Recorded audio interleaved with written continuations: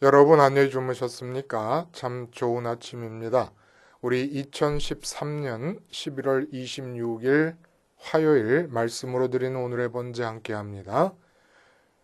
고린도후서 2장 1절부터 마지막 17절까지 말씀으로 같이 하겠습니다. 우리는 먼저 1절부터 4절까지 같이 읽습니다. 시작. 내가 다시는 너희에게 근심 중에 나아가지 아니하기로 스스로 결심하였노니 내가 너희를 근심하게 한다면 내가 근심하게 한 자밖에 나를 기쁘게 할 자가 누구냐? 내가 이같이 쓴 것은 내가 갈 때에 마땅히 나를 기쁘게 할 자로부터 도리어 근심을 얻을까 염려함이요 또 너희 모두에 대한 나의 기쁨이 너희 모두의 기쁨인 줄 확신함이로라. 내가 마음에 큰 눌림과 걱정이 있어 많은 눈물로 너희에게 썼노니 이는 너희로 근심하게 하려 한 것이 아니요 오직 내가 너희를 향하여 넘치는 사랑이 있음을 너희로 알게 하려 함이라. 그리고 아래로 내려가서 14절부터 16절을 같이 읽습니다. 시작. 항상 우리를 그리스도 안에서 이기게 하시고 우리로 말미암아 각처에서 그리스도를 아는 냄새를 나타내시는 하나님께 감사하노라. 우리는 구원받는 자들에게나 망하는 자들에게나 하나님 앞에서 그리스도의 향기니 이 사람에게는 사망으로부터 사망에 이르는 냄새요 저 사람에게는 생명으로부터 생명에 이르는 냄새라. 누가 이 일을 감당하리요. 오늘 우리가 함께 읽은 말씀 중심으로 제로 전진 무한 후퇴라는 제목의 하나님 말씀 증거합니다. 제로 전진 무한 후퇴. 얼마 전에 신문에 그 경제난에서 LG에 대한 기업 평가, 뭐 전반적인 기업 평가라기보다는 스마트폰 사업에 있어서의 그 지금 경영 상황에 대해서 이야기한 기사를 본 적이 있습니다. 한마디로 2보 전진을 위한 1보 후퇴라는 거예요. 내용이 뭐냐 하면 새로운 스마트폰이 나왔습니다. 그런데 이 새로운 스마트폰이 나와서 지금 팔리기 시작한 게 몇 개월 됐는데 LG의 스마트폰 사업이 적자로 전환이 되었습니다.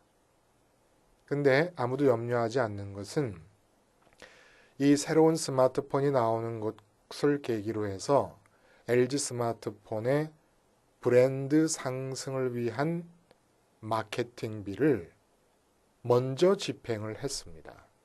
이 마케팅비를 먼저 집행한 그 여파로 지금 적자로 전환이 되었지만은 이것은 2보 전진을 위한 1보 후퇴에 불과하다라고 기업 경영진들은 보고 있는 모양입니다. 우리 이런 말 많이 하잖아요. 그렇죠? 2보 전진을 위한 1보 후퇴. 또 바람직하지 않은 것은 1보 전진을 했다고 생각했는데 사실 결과를 보니까 2보, 3보 후퇴를 한 경우 또 일진, 일퇴 뭐 이런 얘기 많이 합니다. 전진할 때가 있고 후퇴할 때가 있습니다. 인생의 전환을 위해서 또 기업 경영에 관계돼서 우리 이런 말을 많이 합니다. 그런데 신앙을 갖고 이 세상에서 사는 삶의 현장에서는 일진일퇴조차도 없습니다. 오직 전진제로의 무한 후퇴만이 신앙의 삶을 신앙적으로 영위해 나갈 수 있는 길입니다. 전진제로 무한 후퇴, 제로 전진, 그러니까 영보 전진 무한 후퇴입니다. 왜냐하면 신앙인에게 있어서 신앙인이 삶을 영위하는 현장에서 얻게 되는 승리라는 것은 상황의 호전이 아닙니다. 혹은 다른 사람들과의 경쟁에 있어서의 앞서는 것이 아닙니다. 이게 승리가 아닌 거예요. 왜 그러냐 하면 신앙인의 삶에서의 승리에 대한 개념 정리가 완전히 달라요. 그렇기 때문에 일보전진, 이보후퇴, 일진일퇴, 이보전진, 일보후퇴 이런 말이 있을 수 없다는 거예요. 그러면 신앙인의 삶에서의 승리란 도대체 그 내용이 뭐냐? 하나님이 나타나시는 일입니다. 절대 내게 주어진 상황이 세상 사람들이 보고 있는, 그리고 세상 사람들이 적용하고 있는 그런 기준에 의해서 그 상황이 호전되는 것이 전진이 아니에요. 그 승리도 아니고. 하나님이 나타나는 게 승리입니다. 하나님이 나타나시는 일이 왜 승리로 여겨질 만큼 귀중한 일이냐? 이게 쉽지 않아요.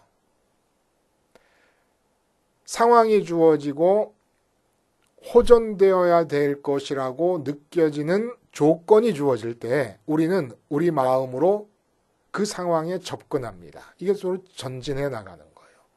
그 조건을 개선하고 상황을 호전시키기 위하여 앞으로 나갑니다. 이렇게 되면 하나님이 나타나실 수가 없습니다. 왜냐하면 마음이 주어진 상황과 조건에 휘말려 버리기 때문에 이렇게 이 세상의 어떤 대상들에 의해서 휘말려서 휩쓸려 가고 있는 마음에는 하나님이 나타나실 수 없습니다. 그래서 승리라는 것은, 신앙인의 승리는 어떻게 하든지 내 마음을 지켜냄으로써 내 마음이 주어져 있는 상황에 휩쓸려 가지 않게 지켜냄으로써 하나님이 나타나시게 되는 일이 승리고, 하나님이 나타나신 뒤에 하나님께서 행하셔서 보여지는 결과들은 성공과 실패가 없는 겁니다. 굳이 말하자면 무조건 성공인 것이고, 하나님이 나타나셔서 하나님이 당신의 뜻을 이루시는 거기 때문에 그 모습이 세상 사람들의 기준에는, 이 세상 사람들의 눈에는 어떻게 보이든지 간에 무조건 승리고 무조건 하나님의 뜻일 뿐이지, 거기에는 잘잘못이 있을 수 없고 실패와 성공이 따로 세상 기준에 따라서 있을 수 없습니다. 순교를 해도 승리고, 다윗이 왕이 되는 것 같이, 요셉이 총리가 되는 것 같이 되어도 승리고, 하나님의 뜻일 뿐입니다. 순교도 승리예요. 그리고 사업을 완전히 접게 되는 것도 승리일 수 있습니다. 하나님이 나타나셔서 이루어지는 일이라면 그렇게 마음을 지켜냄으로써 하나님이 나타나셔야만 되기 때문에 신앙인의 삶에는 전진제로입니다. 상황을 향하여 진격해 들어가는, 개선의 방법을 찾아내고 개선하겠다는 의지로 무장하고, 불굴의 의지로 어떤 장애가 있어도 뛰어넘겠다는 결단을 하고 앞으로 돌격해 나가는 그런 자세로서 승리를 이끌어낼 수가 없다는 얘기예요. 본문의 우리 마지막 부분에 아주 유명한 구절이 나오지 않습니까? 그리스도의 향기다. 근데 그리스도의 향기라고 하는 말도 중요한 포인트가 되겠습니다만은, 이 그리스도의 향기로 비유되고 있는 본문에서 중요한 포인트는 승리입니다. 승리. 근데 왜 이런 비유를 드느냐? 로마에서 전쟁터에 나간 장군이 이겨서 개선 장군이 되어 귀환할 때 로마 시내로 들어오면 황제한테로 가는 것이 아니라 카피톨리누스라는 산이 있는데 그 산에 주피터 신전이 세워져 있습니다. 그 주피터 신전으로 직행하는 겁니다. 개선 행진이. 그래서 제사를 드리고 난 다음에 승리의 향을 피우게 됩니다. 근데 이 향이 얼마나 향불이 크고 향이 짙었는지 온 주변 로마 시내에 이 향이 진동을 했다고 합니다. 이러한 일련의 개선의 퍼레이드가 끝나고 나면 마지막에는 포로 중에 우두머리를 끄집어내서 처형을 했다는 것이에요. 그러니까 이 향은 개선한 장군에게는 승리와 영광과 명예의 향기인 반면에 죽게 될 운명에 놓인 포로들에게는 사망의 악취가 되는 겁니다. 바로 그 점을 말씀하는 것이죠. 그리스도의 향기다. 말씀을 전하고 있는 우리가 그리스도의 향기인데 이 그리스도의 말씀이 구원받을 자에게는 승리의 향기인 반면에 멸망받을 자들에게는 바로 사망의 악취가 될 수밖에 없다라고 하는 이야기를 하는 것입니다. 그런데 본문에서 중요한 것은 이런 비유를 통해서 지금 사도 바울이 승리를 노래하고 있는 겁니다. 그 승리의 내용이 도대체 뭐겠느냐라는 거예요. 고린도 교회와의 옥신각신 지금 사도 바울이 고린도 교회의 잘못된 영적 상태를 시정해 주기 위해서 편지로 주고받고 왕래가 있고 지금 이러한 와중에 있는데 승리가 도대체 무엇이냐라는 것이죠.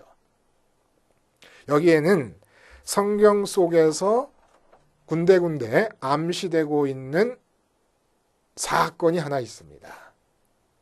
이 승리를 그리스도의 향기라는 비유를 통해서 나타내려고 하는 사도 바울이 지금 확신하고 있는, 경험하고 있는 이 승리를 이해하려면 이 사건을 이해해야 돼. 이 사건을 알아채야 되는 것이죠. 어떤 사건이 있었냐면 1절에 보면 근심 중에 너희에게 나아갔다고 하는 말씀이 있습니다. 그래서 다시는 너희에게 근심 중에 나가지 않겠다라고 하는 말이 쓰여 있지 않습니까?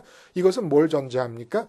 근심을 안고 고린도 교회에 대한 영적 상태에 대한 근심을 안고 나간 적이 있는 거예요. 방문한 적이 있는 거예요. 근심이라는 것은 고통, 슬픔, 비탄, 비애 이런 말로 번역이 될 수 있는 단어입니다. 자, 상황이 어떻게 되냐 하면 여러분 이제 고린도 전서를 보냈잖아요. 고린도 전서를 보내서 고린도 전서라고 하는 편지를 다 읽었을 겁니다. 우리가 읽은 그 고린도 전서를. 근데 이게 웬일입니까? 교회 내의 모든 문제들에 대해서 조목조목 다 짚어가면서 영적 원리와 영적 세계의 사실들을 눈앞에 펼쳐 보여주었습니다. 그럼 그거에 맞추어서 잘못된 것이 보이면 시정하고 회개하고 뉘우치면 되는 것인데 고린도 교회의 상태가 더 악화돼 버린 것 같아요. 고린도 전서를 통해서. 그러니까 그 소식을 접해 들은 사도 바울이 마음이 다급해져 버렸습니다. 그래서 본래 계획은 고린도 전서에서 변경된 계획이 마케도니아를 통해서 고린도로 방문하겠다는 거 아니었습니까? 근데 그러한 모든 계획 다 미루고 전혀 계획이 없이 돌발적으로 고린도 교회를 방문했었던 모양입니다. 마음이 너무 다급하고 그 영적인 상태를 호전시키기는커녕 자기 자신을 뉘우치기는커녕 더욱더 악한 길로 치닫고 있는 고린도 교인들의 영적 상태에 비탄을 느끼고 비애를 느끼면서 분노하면서 방문을 했던 것 같습니다. 그런데 이 방문이 어떤 이유에서인지 기록된 바가 없는데 알 수 없는 이유로 인해서 길게 지탱되지 못하고 또 금방 에베소로 귀환을 해버립니다. 성경에 군데군데 나와 있는 이야기들을 조합해서 학자들이 이 사실을 밝혀낸 거지요. 그리고 돌아와서 에베소에서 편지를 썼는데 이 편지의 별명이 눈물의 편지입니다. 준엄한 편지라고도 하고 그러니까 눈물로 호소하면서 준엄한 영적 사실과 기준들을 제시해서 쓴 편지가 있다는 거예요. 이건 우리에게 전해지지 않습니다.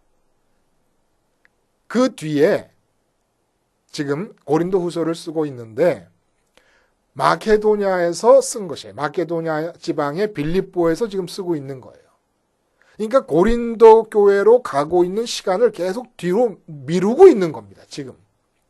왜 미루고 있냐면 이 눈물의 편지라는 것, 돌발적인 방문이 갑자기 중단되고 귀환해서 쓴 눈물의 편지를 디도편에 보냈습니다. 그래서 디도가 다시금 그 편지를 읽은 고린도 교인들의 반응을 에 대한 소식을 갖고 돌아오기를 기다리면서 고린도 교회 방문을 지금 늦추고 미루고 있는 중에 디도가 왔어요. 와서 소식을 전하는데 그 눈물의 편지를 읽고 대부분의 고린도 교인들이 이번에는 자기의 과오를 뉘우치고 회개를 해서 돌아섰는데 일부 사람들이 더 극단적으로 사도 바울의 사도권을 의심하는 길로 치닫고 있다라는 얘기를 듣고 고린도 후서를 지금 쓰고 있는 거예요. 그러니까 고린도 후서에서 지금 이야기하고 있는 게 이 근심 어린 마음을 갖고 방문했다는 게 바로 그 방문을 말하는 것이고, 그리고 승리라고 하는 것은 디도의 소식을 듣고 확신하고 있는 이 승리를 말하는 거다 이겁니다. 자, 여기서 우리가 하나 질문을 할 수 있는 것은 이 돌발적인 고린도전서를 읽고 더욱 악화되어가는 영적인 현실을 소식으로 접하고 비탄에 가득 찬 마음으로 돌발적인 방문을 했을 때 왜 갑자기 돌아왔을까요? 성공적으로 상황을 호전시키지 못하고. 기쁨에 대한 이야기를 오늘 본문에서 합니다. 내가 마음에 분노가 있고 그 영적인 악행을 거듭하고 있는 고린도 교인들에 대해서 사도 바울이 비탄과 비애와 슬픔과 근심과 분노가 있어서 찾아가서 그 마음으로 영적인 상태를 호전시키려 했더니 그만 뭐가 사라져 버렸냐면 아차한 겁니다. 사도 바울이. 자기 자신에게도 고린도 교인들에게도 교회 안에 그 누구의 마음에도 기쁨이 없는 것을 발견하게 됩니다. 그리고 급하게 돌아오는 것이에요. 그래서 기쁨의 얘기를 하는 겁니다. 이 기쁨의 원리는 뭐냐? 어떻게 기쁨이 생길 수 있느냐? 사도 바울의 마음 속에서 하나님이 나타나실 때라야 기쁨이 생길 수 있는 겁니다. 그리고 하나님이 사도 바울을 통해서 나타나시게 될 때에 그 하나님을 만나면서라야 고린도 교인들의 마음에도 기쁨이 생기고, 고린도 교인들의 마음에 말씀을 듣고 나서 그들도 똑같이 하나님을 받아들여서 그들에게서 하나님이 좌정하고 계시고 하나님이 자리 잡고 나타나시는 것이 보일 때 거꾸로 사도 바울에게 또 기쁨이 생기는 겁니다.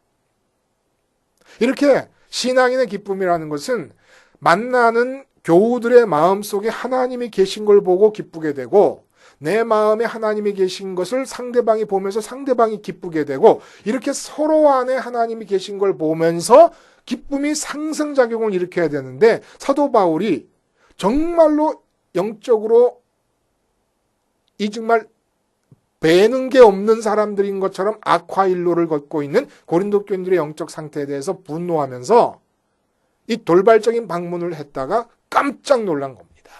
내가 이거 지금 무슨 짓을 하고 있는 것이냐. 이게 이렇게 해서 해결될 일이 아니구나. 고린도 교회 상황이 더욱 악화일로를 걷는다 그래서 그 상황을 내가 호전시키겠다고 그 상황으로 진격해 돌격해 들어와가지고 이 상황 안에서 이 상황을 내가 마음으로 붙잡고 해결될 일이 아닌 거로구나 하는 걸 안 겁니다. 하나님이 나타나셔야 되는 거예요. 하나님이 나타나셔야 된다는 걸 깨닫고 쓴 게 눈물의 편지인데, 이 눈물은 사도 바울의 눈물이 아닙니다. 하나님의 눈물이에요. 그리고 하나님과 관계된 하나님의 기준을 준엄한 편지라고 별명이 붙여질 정도로 기준을 제시한 겁니다. 근데 이번에는 하나님이 역사를 하셔서 회개의 역사를, 고린도전서도 하나님이 나타나셔서 쓰신 거예요. 감동으로 쓰신 것이지만은 주님이 설교를 하셔도 안 듣는 사람 안 듣는 거 아닙니까? 그러니까 제가 보기에는 섭리 가운데서 사도 바울에게 깨우쳐 준 것 같아요. 이 사실은 무엇과 비슷하냐면 우리가 잘 알고 있는 사건이 하나 있어요. 민수기에 나오는 사건 20장, 민수기 20장에 무리바 사건이 있지 않습니까? 사람들이 물이 없다고 불평을 하고 하나님과 모세를 원망합니다. 그냥 애굽에서 죽게 내버려두지 못하라 우리를 끌어내가지고 우리 자식과 이 짐승과 이것들을 다 이 광야에서 목말라 죽게 하느냐. 이때 하나님께서 모세에게 반석을 치라 그러지 않습니까? 우리 잘 아는 대로 아론과 모세가 총회를 모아놓고 반석 앞에서 뭐라 그러냐면 이 패역한 너희여 들으라. 우리가 너희를 위하여 이 반석에서 물을 내랴? 우리가 너희를 위하여 이 반석에서 물을 내면 너희가 어떡할 거냐? 어? 그러면 너희가 이렇게 불평하고 원망하던 게 완전히 쥐구멍을 찾을 일이 되지 않겠냐 하면서 화가 나가지고 손을 들어 반석을 2번 쳤습니다. 물은 나왔어요. 근데 하나님께서 오셔서 말씀하십니다. 너희가 나를 믿지 아니하고 이스라엘 자손의 목전에 나의 거룩함을 나타내지 아니한 고로. 그러므로 반석을 쳐서 물이 나오는 기적은 일어났지만 모세와 아론은 실패합니다.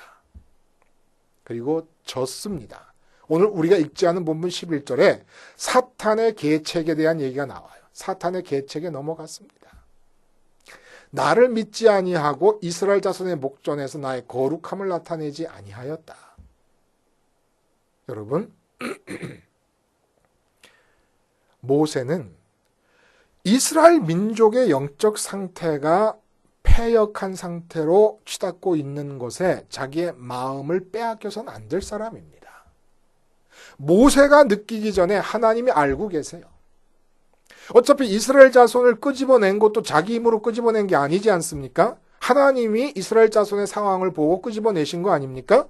영적으로 패역한 상황으로 치닫고 있는 이스라엘에 대해서도 하나님이 보고 계시는 겁니다. 그 모세를 세우신 이유가 뭐냐 그러면 그 이스라엘 패역한 사람들 앞에서 하나님을 나타내는 자로 세우신 겁니다. 하나님 나타내는 자로. 근데 너희가 믿지 않았다는 얘기가 뭐예요? 믿는다는 게 뭐라고요, 여러분? 마음 심장을 꺼내서 이식하는 겁니다. 그러니까 패역한 이스라엘 백성들의 원망을 보면서 당연히 이성이 있고 합리적으로 생각할 수 있는 사람이라면 마땅히 분노가 생기는 거예요. 아니, 하나님께서 보여주신 기적이 얼마인데 도대체. 애굽, 그 당시 슈퍼 강국이었던 애굽을 망하게 할 정도로 기적이 10가지 재앙으로 나타났고 홍해를 마른 땅으로 건넜고 수없이 광야에서 많은 기적을 통해 이끌어가고 계시는 하나님을 알면서 너희가 또 원망과 불평을 하냐? 이건 당연한 거예요. 화가 나는 것은. 근데 마음을 뺏겨버린 겁니다. 마음을 뺏긴다는 게 뭐예요? 믿음이 뭐라고요? 마음 심장을 꺼내주는 거예요. 근데 꺼내주든 뺏기든 간에 마음이 딴 데로 이식돼 버렸습니다. 이스라엘 민족의 패역한 믿음 상태로 내 마음이 빼앗겨져 버려갔습니다. 그러므로 믿지 않은 겁니다. 하나님을. 아무리 내가 지금 영도자의 입장에서 이끌고 있는 이스라엘 민족이 나쁜 모습, 악한 모습을 보인다 할지라도 도저히 상식적으로 용납이 안 되는 그런 패역함을 보인다 할지라도 모세는 마음을 거기 뺏기면 안 되는 거예요.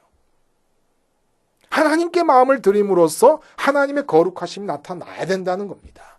거룩하심이 뭐예요, 여러분? 다른 거예요. 구별되는 거예요. 근데 나쁜 쪽으로 구별되는 거겠어요? 감옥에 죄수를 집어넣는 것이 뭡니까?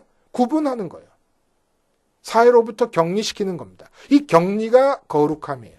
근데 하나님이 그렇게 나쁜 쪽으로 격리되고 구분되는 분이시겠습니까? 아니에요. 좋은 쪽으로 구분되는 거예요. 그러니까 거룩함을 나타낸다는 얘기는 무슨 얘기냐? 이스라엘 백성이 지금 패역한 상태에 있는데 이 패역한 이스라엘 백성들을 향해서 있을 수 있는 가장 좋은 것이 하나님으로부터 나타난다는 거예요. 이게 거룩함이라는 거예요. 다르게 구분되고 좋은 쪽으로 다르게 구분되어서 더 이상은 없을 정도로 좋은 상태가 바로 거룩함입니다. 그러니까 하나님이 나타나시면 이스라엘 백성들에게 최선의 길이 나타날 수 있는 것인데 자기가 마음으로 휘말려 버렸던 거예요. 사도 바울이 똑같은 이 일탈을 한 것입니다. 고린도 전서를 보냈는데 편지를 읽었으면 나아질 것으로 기대를 했는데 더 악화일로를 걸은 거예요. 그러니까 견디질 못하고 마음이 그만 고린도 교인들의 패역함에 휩쓸려 버려가지고 방문을 해갖고 자기가 진격하고 돌격해서 그 문제를 해결하려고 그랬는데 깜짝 놀란 겁니다. 그 누구에게도 심지어 자기 자신에게서조차도 하나님이 나타나고 있질 않는 거예요. 그 증거가 뭐냐? 기쁨이 사라져 버렸습니다. 평강이 사라져 버렸습니다. 깜짝 놀라 돌아왔습니다. 오늘 본문이 나타내는 말이 바로 이 말씀인 거예요. 그리스도의 승리, 향기처럼 퍼져나가는 승리의 향기. 도대체 이 향기를 피우게 되는 승리가 어떻게 주어지는 것이냐? 전진해서는 안 된다. 그리고는 고린도 교회 상황이 하나님에 의해서 만져질 때까지 멀리 마케도니아에서 내려오지도 않고 거기 머물러 있는 겁니다. 지금. 이 바로 삶의 원리요 승리의 원리라는 거예요. 어떻게 무한한 후퇴를 감행할 수 있습니까? 내 눈앞에서 벌어지고 있는 상황, 사람의 상황이든 사건이든지 그 무엇이든지 간에 우리는 그 상황을 호전시키기 위하여 돌격하고 진격하고 전진하면 안 됩니다. 그 상황을 호전시키는 게 내 생의 승리가 아니라 이 상황을 앞두고 있는 내가 마음을 상황에 뺏기지 않고 그 상황으로부터 무한히 후퇴함으로써 어떻게? 십자가로 죽는 거예요.